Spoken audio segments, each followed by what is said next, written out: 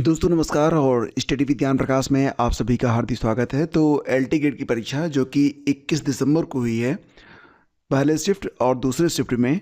तो इस लेक्चर में हम कंप्लीट जीएस और जो मैथ के प्रश्न पूछे गए थे सभी प्रश्नों को बिल्कुल एकदम सही से देखेंगे। और मैथ के प्रश्नों को यहाँ पर मैं आपको हल करके भी दिखाऊंगा, ताकि जनवरी में जो आपकी शिफ्ट आने जा रही है एलटी ग्रेड की, उसमें अगर इस प्रकार के प्रश्न पूछे जाएं तो डेफिनेटली आप उनको हल कर पाएँ पूरे आत्मविश्वास के साथ। तो फ्रेंड्स, ये जो पेपर हो रहे हैं, मैंने 6 तारीख 7 तारीख यानी 6 दिसंबर और 7 दिसंबर के साथ साथ 21 दिसंबर को भी देखा। तो हर शिफ्ट में 3 प्रश्न आपके होते हैं जो कि मैथ पर आधारित होते हैं। तो बात करें अगर 21 दिसंबर के बारे में, तो 21 दिसंबर को भी पहली शिफ्ट में 3 प्रश्न और दूसरी शिफ्ट में 3 प्रश्न पूछे गए हैं। तो इस वीडियो को शुरू ही करेंगे इन्हीं प्रश्नों से, यानी कि सबसे पहले हम शिफ्ट 1 के 3 प्रश्न और इसके बाद शिफ्ट 2 के 3 प्रश्नों को हल करेंगे। उसके बाद जो जीएस के प्रश्न हैं उसको हम हल करेंगे, ठीक है ना। तो ये एक कंप्लीट सोल्यूशन होगा 21 दिसंबर का, शिफ्ट 1 और शिफ्ट 2 दोनों शिफ्टों का। चलिए शुरू करते हैं। पहले देखते हैं शिफ्ट 1। दोस्तों शिफ्ट 1 में ये जो पहला क्वेश्चन है मैथ का, इसको देखते हैं। एक तांबे के तार जिसकी लंबाई 36 मीटर तथा व्यास 02 है मिलीमीटर है, इसको पिघलाकर एक गोला बनाया गया है। इस गोले की त्रिज्या सेंटीमीटर में क्या है। तो देखो फ्रेंड्स, ऐसे जो प्रश्न आते हैं इनको हल करना बहुत मुश्किल काम नहीं होता है। क्वेश्चन नंबर 6 को आइए हल करके आपके सामने रखते हैं और देखते हैं कि इसका सही आंसर क्या हो। तो दोस्तों प्रश्न क्या कह रहा है कि एक तांबे का तार, अब तांबे का तार ये इस प्रकार से होगा, ये देख रहे हैं आप, बिल्कुल बेलनाकार है, ठीक है ना। और इसकी लंबाई कितनी है, तो इसकी लंबाई दोस्तों है यहाँ पर 36 मीटर, ठीक है। इसको आप पहले क्या करेंगे, सेंटीमीटर में बदलेंगे। तो 36 मीटर को आप अगर सेंटीमीटर बदलेंगे तो आप करेंगे 100 से मल्टीप्लाई, और ये हो जाएगा आपका 3600 सेंटीमीटर, ठीक है ना। इसके बाद दोस्तों क्या करें कि तथा इसका व्यास, यानी कि ये जो तार है, ये तार जो है इसको आप एक बेलन मान सकते हैं। तो इसका जो व्यास यानी कि डायमीटर है, कह रहे हैं कितना है, 02 है, 02 मिलीमीटर है। तो अगर दोस्तों इसको आप बदलेंगे सेंटीमीटर में तो क्या करेंगे आप, 02 को आप 10 से क्या करेंगे, इसे डिवाइड कर देंगे और मिलेगा आपको कितना, ये मिल जाएगा आपका 0.2 सेंटीमीटर। और क्योंकि ये डायामीटर है, जैसे कि ये गोला होता है ना, पूरा पूरा होता है डायामीटर, आधा होता है त्रिज्या। तो अगर हम इसका आर निकालें, रेडियस, तो क्या करेंगे, d/2 कर देंगे। और d/2 मतलब ये आप देख रहे हैं 0.2/2, और ये आ जाएगा r बराबर कितना हो गया, 0.1, ठीक है ना। ये हो गया सेंटीमीटर। अब दोस्तों आपको पता है कि जो बेलन होता है, बेलन का आयतन आप कैसे ज्ञात करते हैं।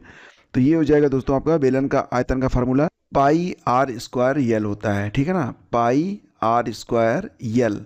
अब यहाँ पर वैल्यू आप पुट कर दीजिए, क्या वैल्यू मिलेगी आपको, पाई, ये इसको रहने दीजिए ऐसे ही, हालांकि इसकी वैल्यू 22/7 होती है, लेकिन रहने दीजिए इसको। अब हम आर की वैल्यू को पुट करते हैं। आर कितना हमें मिला था, 0.1 मिला था इंटू 0.1, क्योंकि स्क्वायर में है। और यल कितना है, ये आपका दोस्तों है 3600, ठीक है ना। बस पहली वैल्यू आपकी पुट हो गई। अब आप देखेंगे इसको, तो ये कितना जाएगा, 0.1 इंटू 0.1, तो 2 डिजिट जाएगा। और यानी कि अगर आप इसको लिखेंगे तो लिखेंगे आप 0.01, 2 अंक के बाद दशमलव लगेगा पीछे से, और इसको आप 3600 से मल्टीप्लाई करेंगे तो क्या होगा कि पाई को रहने दीजिए, और ये हो जाएगा आपका पाई, इसके आगे लग जाएगा या पाई इंटू 36 ओनली, क्योंकि पीछे से जोड़कर 2 अंक के बाद डिजिट लगेगा, यहाँ पर दशमलव लगेगा 2 डिजिट के बाद, और वैल्यू हो जाएगी 36 पाई, ठीक है ना। इसको आप ऐसे लिख लीजिए 36 पाई। क्लियर। अब दोस्तों आगे बढ़ते हैं। अब देखेंगे कि जो गोला बनेगा, अब देखो ये जो बेलन का आयतन है और इसी तार को पिघला कर ही आपका गोला बनाया जाता है, ठीक है। तो बेलन का जो आयतन होगा और गोले का जो आयतन होगा, ये दोनों सेम होना चाहिए, क्योंकि मटेरियल वो सेम लग रहा है। इसका मतलब हो गया दोस्तों कि अगर हम देखें तो ये वैल्यू मिलेगी हमको, बेलन का आयतन बराबर गोले का आयतन, ठीक है। और बेलन का आयतन हमने देखा यहाँ पर कितना है, 36 पाई है, तो इसको हम रख देते हैं 36 पाई। और गोले का आयतन दोस्तों, इसका फार्मूला होता है 4/3 पाई r क्यूब, ठीक है। अब पाई से पाई आप यहाँ पर कैंसिल कर देंगे। वैल्यू किस प्रकार से क्या लेंगे आप, 4/3 आर क्यूब है, 4/3 आर क्यूब इजक्वल टू 36 हो गया। अब आर क्यूब दोस्तों क्या हो जाएगा 36। अब ये 3 यहाँ पर डिवाइड है जाएगा तो ये क्या होगा मल्टीप्लाई हो जाएगा। और 4 नीचे क्या है यहाँ इधर इधर, क्योंकि मल्टीप्लाई है पक्षांतर होगा डिवाइड हो जाएगा। ये इस प्रकार से हो जाएगा। ये इसको आप काट सकते हैं, 4 एकम 4 और 4 9 36।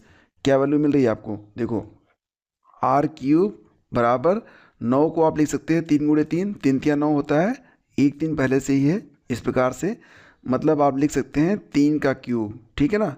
क्यूब से क्यूब कैंसिल, आर की वैल्यू आ गई 3, ठीक है। और आर की वैल्यू 3 आ गई जो कि दिया गया है विकल्प बी में। तो ये आपका आंसर हो गया ऑप्शन बी। उम्मीद करता हूँ ये प्रश्न आप समझ गए होंगे। दोस्तों देखिए आपका अगला क्वेश्चन क्या पूछा गया था कि दो भाइयों की वर्तमान आयु का अनुपात 1:2 है। अब यहाँ पर देखिए जो छोटा भाई है मैं केवल यहाँ पर छोटा को सी लिखूँगा और बड़ा को क्या लिखूँगा, बड़ा को मैं बी लिखूँगा। अब आप समझ जाइएगा। तो यहाँ पर दोस्तों मान लो छोटे भाई की उम्र कितनी है, x है, तो बड़े भाई की उम्र कितनी हो जाएगी, 2x हो जाएगी। ये वर्तमान कंडीशन आपकी मिल गई, ठीक है। 5 वर्ष पहले ये अनुपात कितना था, 1:3 था। तो 5 वर्ष पहले छोटे की आयु 5 साल कम कर दीजिए आप, और बड़े की आयु ये कितनी थी 2x है ना वर्तमान में, तो इसमें से 5 घटा दीजिए। ये रेशियो था कितना 1/3 का था, ठीक है। अब आप इसको मल्टीप्लाई भी कर सकते हैं, क्लास मल्टीप्लिकेशन। क्या बनेगा, 3 से आप मल्टीप्लाई कर दीजिए x - 5 को, बराबर 1 से मल्टीप्लाई हो जाएगा 2x - 5। क्या वैल्यू आएगी, ये हो जाएगा दोस्तों आपका 3x - 15, 3 × 15 हो जाएगा ना, 3x 3 × 15 बराबर ये हो जाएगा आपका 2x - 5, क्योंकि एक ही है, ठीक है ना। इसको आप पक्षांतर करेंगे तो 3x पहले से ही है तो इसको लिख लेंगे ऐसे। ये देखिए इधर पॉजिटिव था आके नेगेटिव हो जाएगा, ठीक है। 3x - 2x, और ये देखिए -15 था, ये +5 हो जाएगा, बराबर 0 लिख सकते हैं। मतलब क्या आ रहा है, 3x में से 2x गए, कितना बच जाएगा आपका x हो जाएगा। x बराबर क्या हो जाएगा दोस्तों, -10 हो जाएगा। अब यहाँ पर देखिए x -10 बराबर 0 हो रहा है, तो x की वैल्यू आ रही कितनी, 10 वर्ष आ रही है। तो x हमने माना था छोटे भाई की उम्र, तो अगर छोटे भाई की उम्र 10 वर्ष है तो बड़े भाई की उम्र आपकी हो गई जस्ट दुगुना 20 वर्ष। अब दोस्तों यहाँ पर क्या कंडीशन है, 5 वर्ष पश्चात, तो 5 वर्ष पश्चात जो छोटा भाई है उसकी उम्र अभी 10 वर्ष है, उसकी उम्र हो जाएगी 15 साल।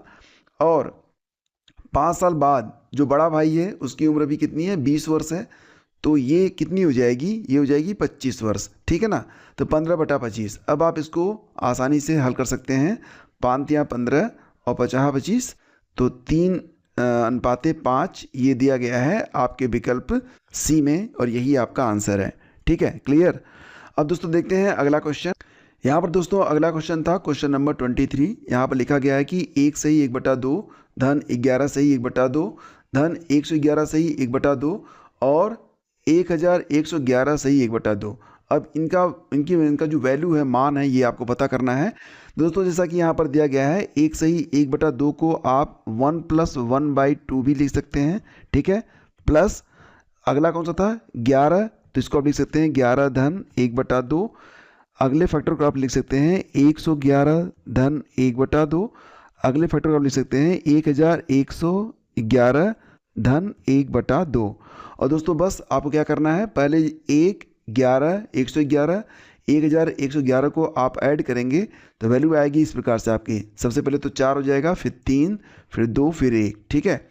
अब यहाँ पर देखिए ये आधा 1 हो गया, ये आधा 1 हो गया, 2 ऐड कर दीजिए, वैल्यू होगी 1236, ठीक है। तो ये आपका जो विकल्प बी है ये आपका करेक्ट है, ठीक है। तो इस प्रकार से ये 3 प्रश्न हो गए। अब चलिए देखते हैं सेकंड शिफ्ट में जो प्रश्न पूछे गए थे। तो ये आपका 21 दिसंबर का सेकंड शिफ्ट है, और ये मैथ का पहला क्वेश्चन है कि यदि x² - x धन 1 बटा x² धन x धन 1 बराबर 2/3 हो, तो x धन 1/x का मान आपको पता करना है। कैसे करेंगे, सबसे पहले दोस्तों ये जो वैल्यू है इसको हम क्रॉस मल्टीप्लिकेशन कर देंगे, ठीक है ना। इस प्रकार से इसको हम क्रॉस मल्टीप्लिकेशन कर लेते हैं। तो ये हम लिख सकते हैं इस प्रकार से। कैसे लिखेंगे? देखो 3 से मल्टीप्लाई होगा, 3 इधर जाएगा, 3 एक्स स्क्वायर माइनस एक्स धन 1 बराबर 2 एक्स स्क्वायर धन एक्स धन 1। इसको दोस्तों हल करते हैं, क्या बनेगा? 3 एक्स स्क्वायर माइनस 3 एक्स धन 3 बराबर 2 एक्स स्क्वायर धन 2 एक्स धन 2। क्या वैल्यू रहेगी? अब सबको एक तरफ करते हैं, पक्षांतर करते हैं। कैसे लिखेंगे? 3 एक्स स्क्वायर, इधर देखिए 2 एक्स स्क्वायर है ना, बराबर के इधर आएगा, माइनस में बदल जाएगा, ठीक है ना, माइनस 2 एक्स स्क्वायर हो जाएगा, माइनस 3 एक्स ये दिया गया है पहले से, अब इधर आएगा 2 एक्स, तो ये भी माइनस ये भी माइनस हो जाएगा, ये हो जाएगा माइनस 2 एक्स, प्लस 3 दिया गया है, एज इट इज रहेगा, 2 को इसमें से घटा देंगे, बराबर 0 लिखेंगे। इसको आप सरल करिए, तो सरल करने पर क्या आ रहा है? 3 एक्स स्क्वायर में से 2 एक्स स्क्वायर गया है, तो बचा आपका यहाँ पर x square, minus 3 x minus 2 x, ये हो जाएगा आपका माइनस 5 एक्स, और फिर 3 में से 2 गया प्लस 1 बराबर 0, ठीक है। अब हम दोस्तों क्या करेंगे कि इसमें आप एक्स से भाग दे दीजिए, ठीक है। तो दोस्तों यहाँ पर इसको क्या हो जाएगा? एक्स स्क्वायर बटा एक्स माइनस 5 एक्स बटा एक्स 1 बटा एक्स, ठीक है ना। अब आप इसको देखिए, एक्स स्क्वायर में से आप एक्स को 1 जाएगा, तो ये क्या बचेगा? एक्स माइनस 5 और फिर प्लस 1 बटा एक्स इज इक्वल टू 0। अब आप देखिए, इसको पक्षांतर करना है आपको, ये वाला एक्स है, ये प्लस 1 बाई एक्स है, इसको आप लिख देंगे एक्स धन 1 बटा एक्स बराबर के, या इधर 5 माइनस में है, बराबर करके जाएगा दाहिने तरफ, ये हो जाएगा 5। तो एक्स धन 1 बटा एक्स बराबर आपको मिल रहा है यहाँ पर 5, जो कि विकल्प बी में दिया गया है। तो ये आपका पहला आंसर है, ठीक है। अब दोस्तों यहाँ पर देखिए क्वेश्चन नंबर 20, तो कह रहे हैं कि यदि वृत्त की त्रिज्या, अभी देखिए ये आपका वृत्त होता है, ठीक है ना, और केंद्रक से जो परिधि की दूरी होती है इसको आप त्रिज्या कहते हैं, इसको आर से डिनोट करते हैं, रेडियस। तो कह रहे हैं वृत्त की त्रिज्या यदि 50% बढ़ा दी जाए तो वृत्त का क्षेत्रफल कितना होगा। दोस्तों मानते हैं ये जो आपका मूल वृत्त है, तो आपको ये भी पता है कि जो वृत्त का क्षेत्रफल होता है इसका फार्मूला क्या होता है। तो वृत्त का क्षेत्रफल अगर हम मूल रूप में मान लें, ये A1 से डिनोट कर रहे हैं हम, तो इसकी वैल्यू होती है पाई आर स्क्वायर।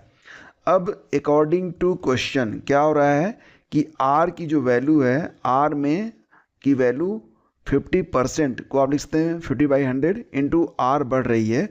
तो अगर आप इसको हल करेंगे दोस्तों, तो ये हो जाएगा आपका जो नई त्रिज्या है वो 1.5 आर हो रही है, ठीक है ना। अब जो आपका नया क्षेत्रफल बनेगा त्रिज्या बढ़ने के बाद, इसको आप A2 से डिनोट कर सकते हैं, ये हो जाएगा आपका पाई, और नया वाला वैल्यू क्या है? 1.5 आर का स्क्वायर, ठीक है। इसको थोड़ा सा हल करिए, पाई को एज इट इज रहने दीजिए, 1.5 इंटू 1.5 15 गुणे 15, ये हो जाएगा 225, 2.25 आर स्क्वायर, ये आपका A2 हो गया। दोस्तों प्रतिशत वृद्धि कैसे निकालते हैं? तो बढ़ा हुआ जो क्षेत्रफल है इसको पहले पता करेंगे, यानी कि A2 माइनस A1 पता करेंगे, फिर उसका जो मूल क्षेत्रफल था यानी कि A1 उसे डिवाइड करके 100 से मल्टीप्लाई कर देते हैं, वैल्यू पुट करते हैं। A2 कितना है? ये दोस्तों आपका है, देखिए पाई आर स्क्वायर, और इसके बाद क्या है? 2.25, ठीक है, 2.25। आगे पीछे लिख सकते हैं, अक्सर लोग आगे लिखते हैं, यहाँ पर मैंने पीछे लिख दिया। अब मूल वाला क्या था? ये तो आपका पाई आर स्क्वायर है ही है, और बटे में क्या आएगा? A1, ये तो पाई आर स्क्वायर आपका है ही है, ठीक है। क्या करेंगे आप? जिसको पाई आर स्क्वायर को हम ले लेते हैं कॉमन, यहाँ पर रखते हैं इस प्रकार से ताकि आप समझ सकें। तो क्या करेंगे आप? 2.25 ये बचेगा, और यहाँ से लेंगे पाई आर स्क्वायर, तो यहाँ बचेगा -1, ठीक है। और ये आपका हो जाएगा पाई आर स्क्वायर बटा पाई आर स्क्वायर, ठीक है, और इंटू 100, ये तो रहेगा ही। अब देखो दोस्तों, पाई आर स्क्वायर से पाई आर स्क्वायर कैंसिल, और ये 100 आपका बचा हुआ है, ये रहेगा। तो 2.25 में से 1 घटाइए आप, ये आपका आ जाएगा 1.15 इंटू 100, और अगर आप इसे देखेंगे 1.25 इंटू 100, 25 है ना, तो ये हो जाएगा आपका 125% ये वृद्धि हो जाएगी, ठीक है, जो कि दिया गया है विकल्प सी में। तो ये इसका उत्तर है, विकल्प सी, ये क्वेश्चन नंबर 20 का आंसर हो गया। आगे बढ़ देखिए दोस्तों, यहाँ पर प्रश्न था कि एक रेलगाड़ी 800 मीटर और 400 मीटर लंबे दो पुलों को क्रमशः, मतलब जो 800 मीटर वाला पुल है उसको 100 सेकंड में और जो 400 मीटर वाला पुल है उसको 60 सेकंड में पार करती है। पूछ रहा है कि रेलगाड़ी की लंबाई क्या होगी। देखो सरल है, मान लेते हैं दोस्तों कि जो रेलगाड़ी की लंबाई है, रेलगाड़ी की जो लंबाई है इसको हम यल मान लेते हैं, ठीक है ना। और आपको एक फार्मूला तो पता ही होगा, आपको खूब अच्छे से पता होगा कि दूरी बराबर क्या होती है, चाल, जो आपकी चाल रहेगी गुणे समय, ठीक है। ये फार्मूला भी आपको पता है। तो पहला पुल जो है वो कितना लंबा है, तो पुल वन को आप देखिए, ये है कितना 800 मीटर। तो रेलगाड़ी जो है कितनी लंबी है, यल, कुल दूरी कितनी हो जाएगी, यल प्लस 800, ठीक है, बराबर चाल कितनी है, मान लेते हैं वी, और समय कितना लगा 100 सेकंड का, ठीक है। तो बस ये आपका पहला समीकरण बन गया, ठीक है। इसके बाद देखते हैं दूसरा वाला कौन सा है। रेलगाड़ी की लंबाई, पुल 2 के बारे में बात करते हैं। रेलगाड़ी की लंबाई यल रहेगी ही रहेगी, पुल लेकिन हो गया है मात्र 400, और समय कितना लगता है मात्र, अब देखो जो उसका जो वेग है ना, वेलोसिटी, वो तो वी रहेगी, इनटू हो जाएगा आपका 60, ठीक है। ये आपका हो गया दूसरा समीकरण। अब आप क्या करेंगे कि जो समीकरण 1 है उसको समीकरण 2 से घटा देंगे, यानी कि सरल है, यल प्लस 800, ठीक है, माइनस यल, और ये जब ऐसे लिखेंगे ना, माइनस यल प्लस 400, ठीक है, बराबर, ये देखिए आपका 100v लिख सकते हैं आप इसे, 100v माइनस 60v, ठीक है ना। इसको आप ओपन करेंगे, ये बनेगा यल प्लस 800 माइनस क्या बनेगा यहाँ पर, यल माइनस 400, ठीक है। यहाँ से लिखते हैं, देखिए यल प्लस 4, यल यहाँ पर प्लस है, ये माइनस है, ख़त्म, 400 में से 400 गया, 800 में से 400 गया, ये 800 है, ये 400 है, बचा आपका यहाँ पर 400, बराबर 100 में से 60 घटेगा, ये क्या बचेगा 40v। तो v आपको पता चल गया यहाँ पर कितनी आ रही है, 40 का नाम 40, 40 दहा में 400, v बराबर हो गया आपका 10। ये वेलोसिटी हो गई 10, ठीक है ना।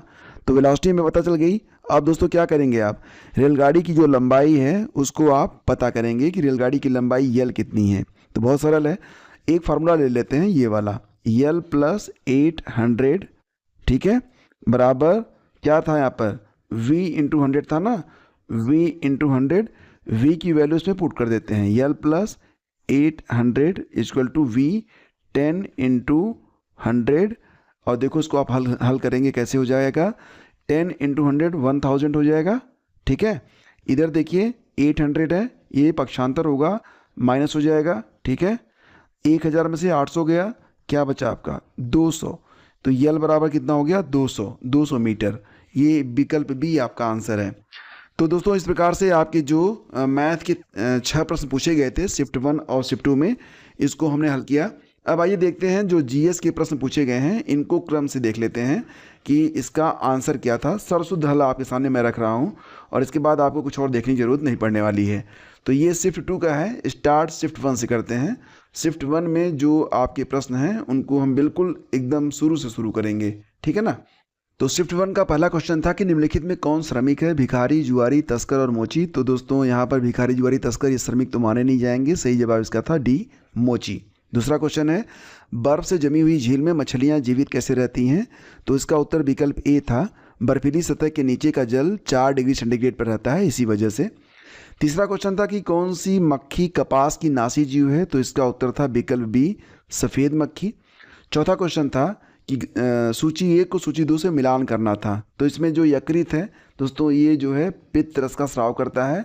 मलाशय से दोस्तों मल विसर्जन होता है। छोटी आंत में क्या होता है, पूर्ण पाचन होता है। बड़ी आंत जो है जल का अवशोषण करता है। तो ये आपका जो उत्तर था 4 का, ये बी था, ठीक है ना, बी वाला विकल्प इसमें करेक्ट था। इसके बाद 5वां क्वेश्चन था, सूची 1 को सूची 2 से सुमेलित करें और सूचियों के अनुसार। तो अंटार्कटिका वृत्त दोस्तों ये 66 सही 1/2 डिग्री दक्षिण में है। ए का जो 4 वाला विकल्प है ये आपका सही है। इसके बाद था कि कर्क रेखा, आपको पता है ना, ये इक्वेटर हो गई, इक्वेटर से 23.5 डिग्री ऊपर ये बनती है कर्क रेखा। तो उत्तर की ओर जाएंगे आप, तो बी का 1 मैच होगा। मकर रेखा ये दोस्तों 23.5 डिग्री दक्षिण में जाती है इक्वेटर से, ये 2 मैच होगा। आर्कटिक वृत्त दोस्तों ये उत्तर में होता है, तो ये इसका 3 वाला मैच हो जाएगा, ठीक है। तो 5 का जो विकल्प बी है ये आपका करेक्ट है। अगला क्वेश्चन देखिए 6 मैंने आपको बता ही चुका हूँ, इसका आंसर 3 आ रहा था तांबे के तार वाले में। और चौथा 7वां क्वेश्चन था आपका यहाँ पर कि भारत एशिया में निर्यात को बढ़ावा देने में स्थित निर्यात प्रसंस्करण क्षेत्र, यानी कि बात हो रही है यहाँ पर EPZ के बारे में। EPZ मॉडल की प्रभावशीलता को मान्यता देने वाले देशों में एक था, जिसने अब यहाँ पर सन दिया गया था कि कांडला में एशिया का पहला EPZ स्थापित किया था। दोस्तों ये था 1968 में, जो कि विकल्प डी में आपका था। ठीक है, अगला क्वेश्चन है कि जल प्लावित धान के खेत में किस जलीय पौधे को जैव उर्वरक के रूप में सामान्यतः प्रयोग में लाया जाता है? तो दोस्तों इसका आंसर था विकल्प डी, यानी कि एजोला। ठीक है, क्लोरोफिल में कौन सा पोषक तत्व केंद्रीय परमाणु है? तो इसका उत्तर था विकल्प बी, यानी कि मैग्नीशियम। अगला क्वेश्चन पूछा गया था कि दक्कन के सूबेदार जिसने 1724 ईस्वी में निज़ामुल मुल्क आसफ जहाँ की उपाधि धारण की थी, उसका नाम था चिनकिलिच खां, यानी कि विकल्प डी करेक्ट था। 10 में 11वां था कि देखिए यहाँ पर जो दर्रे दिए गए हैं और उनकी जो अवस्थिति है ये आपको मैच कराना था।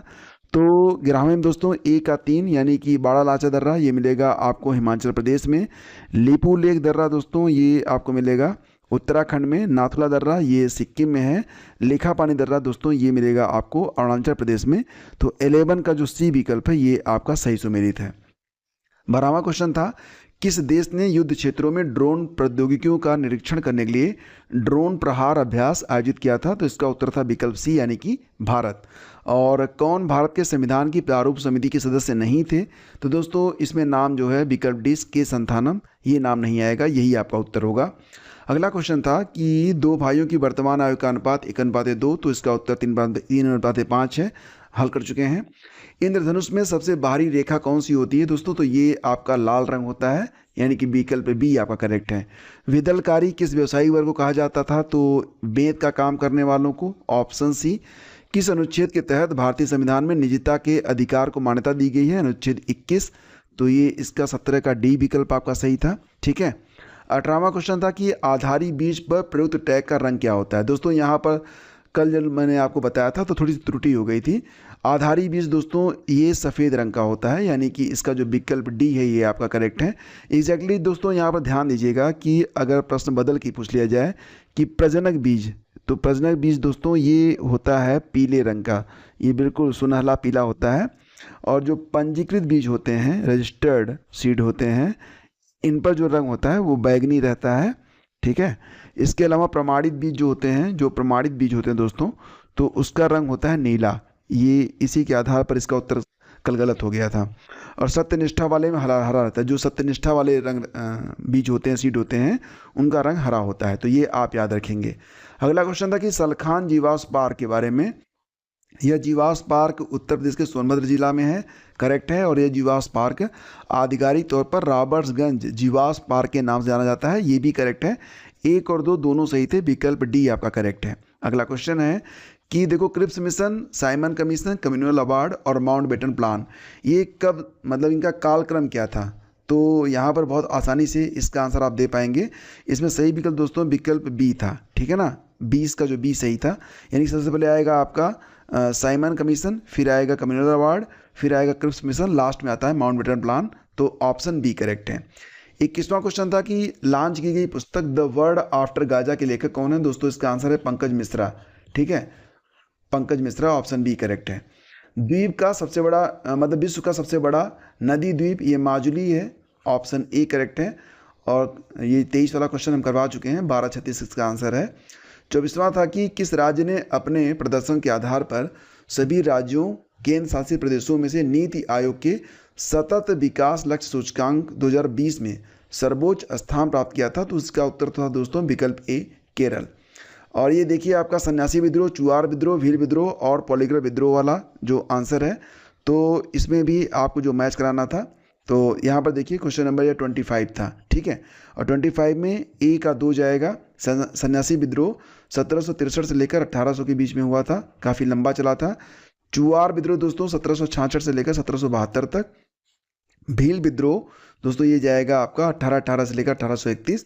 पॉलीग्राफ विद्रोह 1799 से 1805 तक।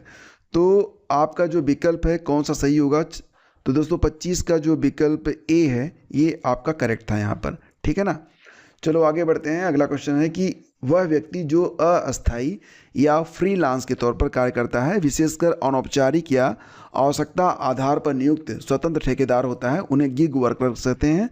इसका उत्तर विकल्प बी था। अगला था, निम्नलिखित में कौन सा युग्म सही सुमेलित नहीं है? तटीय एवं दलदली वन सुंदरी वृक्ष पाए जाते हैं, सही है। पर्वतीय वन में सिनार पाए जाते हैं, ये भी सही है। उष्णकटिबंधीय सदाबहार और अर्ध सदाबहार वन में खजूर मिलता है, ये गलत है। उष्णकटिबंधीय पर्वतीय वन में शीशम मिलता है, ये सही है। तो हमारा उत्तर था सुमेलित नहीं है, विकल्प सी। अगला है कि इंदिरा गांधी राष्ट्रीय मुक्त विश्वविद्यालय इग्नू की पहली महिला कुलपति के रूप में किसे नियुक्त किया गया था? तो दोस्तों यहाँ पर ध्यान दीजिएगा कि इंदिरा गांधी राष्ट्रीय मुक्त विश्वविद्यालय इग्नू की जो पहली महिला कुलपति बनाई गई थी, उनका नाम था उमा कांजी लाल, ये इसका उत्तर था। ठीक है, और इसका उत्तर हालांकि नज़मा अख्तर कुछ लोगों ने दिया था। तो नज़मा अख्तर दोस्तों ये इग्नू की नहीं बल्कि जो आपका जामिया मिलिया इस्लामिया है उसकी पहली महिला कुलपति बनी थी, जामिया मिलिया इस्लामिया यूनिवर्सिटी की। ठीक है, तो आपका यहाँ पर जो उत्तर है वो विकल्प डी है, उमा कांजी लाल।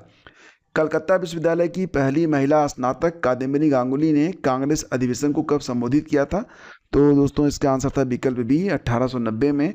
और ये अंतिम प्रश्न था कि भारतीय संविधान के किस अनुच्छेद के तहत लोकसभा में एंग्लो इंडियन समुदाय के प्रतिनिधित्व का प्रावधान किया गया है? तो अनुच्छेद 331 में। तो ऑप्शन ए इसका करेक्ट है। ठीक है, तो ये आपका शिफ्ट 1 कंप्लीट हुआ 21 दिसंबर का। अब देखते हैं शिफ्ट 2 के जो प्रश्न पत्र हैं उसमें पहला क्वेश्चन क्या था? महिला खो खो विश्व कप 2025 में भारत ने कौन सा स्थान प्राप्त किया? दोस्तों इसका उत्तर था ऑप्शन डी, यानी कि पहला स्थान। दूसरा स्थान मिला था किसको? नेपाल को मिला था। संविधान सभा का अस्थायी अध्यक्ष चुना गया था किसको? तो दोस्तों मैंने आपको बताया था कि 9 दिसंबर 1946 को जब पहली बैठक हुई थी संविधान सभा की, तो अस्थायी सदस्य चुने गए थे, अस्थायी अध्यक्ष चुने गए थे डॉक्टर सच्चिदानंद सिन्हा। तो ये अस्थायी थे और 2 दिन के बाद ही यानी 11 दिसंबर को जो बैठक हुई तो डॉक्टर राजेंद्र प्रसाद को अस्थायी अध्यक्ष चुना गया था। ठीक है, तो इसका उत्तर विकल्प डी है। इसके बाद अगला क्वेश्चन है कि आरबीसी का जीवन काल क्या है? तो ये 120 दिन होता है, करेक्ट है। दिल्ली का प्रथम सुल्तान कौन था जिसने खेती की भूमि की नाप कराई थी? दोस्तों इसका नाम है अलाउद्दीन खिलजी, ऑप्शन बी आपका करेक्ट है। 5वां सवाल हम हल कर चुके हैं, इसका उत्तर ऑप्शन बी ही है। ठीक है, 6वां क्वेश्चन देखते हैं। प्रश्न था कि जर्मप्लाज्म क्या होते हैं? तो जर्मप्लाज्म दोस्तों होता है आनुवंशिक सामग्री, ऑप्शन डी करेक्ट है। अगला क्वेश्चन था कि किसकी जीवनी विलियम वेडर बर्न ने लिखी थी? दोस्तों ये किताब आई थी 1913 में पब्लिश हुई थी और जीवनी थी ए.ओ. ह्यूम की। ठीक है, वही जो भारतीय राष्ट्रीय कांग्रेस के संस्थापक थे। ठीक है, अगला क्वेश्चन था कि नाबार्ड के बारे में 2 कथन दिए गए थे। इसकी स्थापना वर्ष 1982 में हुई थी, ये कथन सही है। यह कृषि के संबंध में रिजर्व बैंक ऑफ इंडिया द्वारा पूर्व में किए गए समस्त कार्य करता है। दोनों विकल्प आपके सही थे, 1 और 2 दोनों सही हैं, ऑप्शन बी इसका करेक्ट है। इसके बाद दोस्तों आगे बढ़ते हैं। अगला क्वेश्चन था कि केंद्रीय समुद्री मत्स्य अनुसंधान संस्थान ये कहाँ पर स्थित है? तो दोस्तों ये स्थित है कोच्चि, और कोच्चि स्थित है कहाँ पर? तो केरल में। ऑपरेशन सिंदूर किस तिथि को शुरू हुआ था? 7 मई 2025, ऑप्शन डी सही है। अगला क्वेश्चन था कि कौन से वैश्विक ताप वृद्धि ग्लोबल वार्मिंग के प्रभाव हैं? समुद्र जल स्तर का बढ़ना भी है, हिमनद का पिघलना भी है, बीमारियों का फैलना, प्रवाल भित्ति का विरंजन होना, यानी कि 1, 2, 3, 4, ऑप्शन सी इसका करेक्ट है। अगला क्वेश्चन है कि भारत का पहला प्रक्षेपण यान कौन सा था? तो दोस्तों ये था उपग्रह प्रक्षेपण यान 3 SLV-3। ठीक है, ऑप्शन ए आपका करेक्ट है।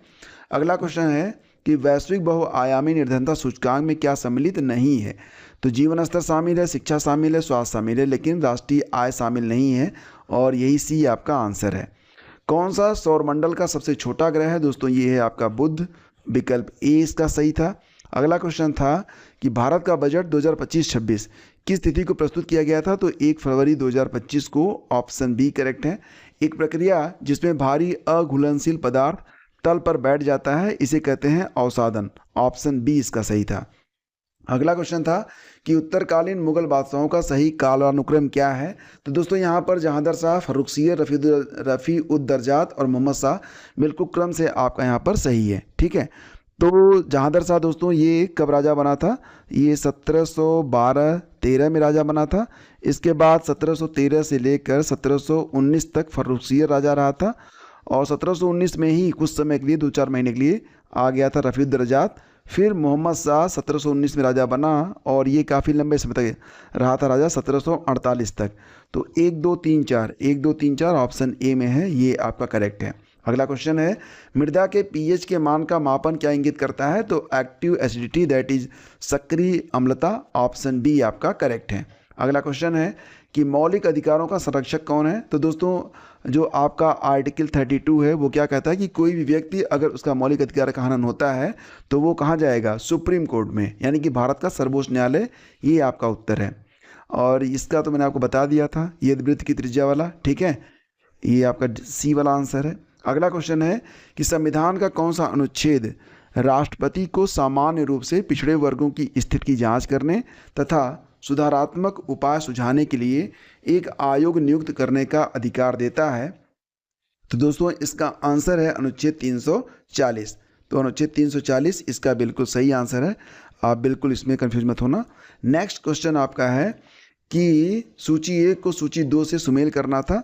तो यहाँ पर दोस्तों देख लेते हैं, प्रेरीज ये यूएसए में मिलते हैं, ठीक है ना, यानी कि प्रेरीज का 1 में जाके मैच हो जाएगा। स्टेपीज दोस्तों मध्य एशिया में, ये 2 का 3 में जाएगा। वेल्ड दोस्तों ये साउथ अफ्रीका में, दक्षिण अफ्रीका। कंपास ये ब्राज़ील में, तो इस प्रकार से आपको इसको मैच कराना था, ठीक है ना। इसके बाद दोस्तों अगला क्वेश्चन था कि कौन सा देखते हैं, किस राज्य ने पिंक ई रिक्शा योजना का शुभारंभ किया था, तो दोस्तों इसका उत्तर है विकल्प बी, यानी कि राजस्थान। भारत में निःशुल्क एवं अनिवार्य शिक्षा का अधिकार अधिनियम दोस्तों पारित हुआ था 2009 में, लागू हुआ था 2010 में, तो इसका उत्तर विकल्प ए है, ठीक है। अगला क्वेश्चन है, पंचायती राज व्यवस्था का मुख्य उद्देश्य, तो लोकतंत्र की शक्तियां का विकेंद्रीकरण, ये विकल्प ए आपका करेक्ट है। रेलगाड़ी वाला क्वेश्चन हम लोग कर चुके हैं। अगला क्वेश्चन है कि जब बर्फ पानी में बदलती है तब क्या होता है, अब बर्फ है, पिघलाना पड़ेगा तो उष्मा देना पड़ेगा, तो उष्मा अवशोषित होती है, विकल्प ए करेक्ट है। भारत के प्रायद्वीपीय पठार का सर्वोच्च शिखर कौन सा है, दोस्तों ये होगा आपका अनामुड़ी, ऑप्शन सी आपका करेक्ट है। और ये था कि प्रसार शिक्षा क्या है, तो ये औपचारिक शिक्षा होती है, ऑप्शन डी। और अंतिम प्रश्न था कि निम्न का सही कालानुक्रम क्या है, दोस्तों यहाँ पर देखेंगे तो सही क्रम में बनेगा सबसे पहले राजा राम मोहन राय, फिर इसके बाद देवेंद्रनाथ टैगोर, फिर केशव चंद्र सेन, और फिर आएंगे विवेकानंद, ठीक है ना। तो क्रम क्या बनेगा, 3 2 1 4, ठीक है, ये आपका सही क्रम है। तो इस प्रकार से आपने यहाँ पर देखा कि हमने आपके मैथ के भी प्रश्न और शिफ्ट 1 और शिफ्ट 2 सभी प्रश्नों को हमने यहाँ पर हल किया।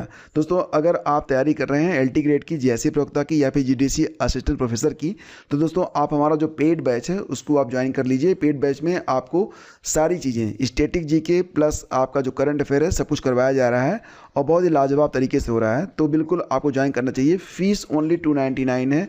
आपकी सफलता के लिहाज से ये जो मनी है 299 रुपये, अगर बहुत ज़्यादा है तो आप ग्रुप ज्वाइन मत कीजिएगा। अगर आपको लगता है कि ये मैनेजेबल है देन यू कैन, ठीक है। मिलते हैं आपसे अगले वीडियो में, थैंक यू।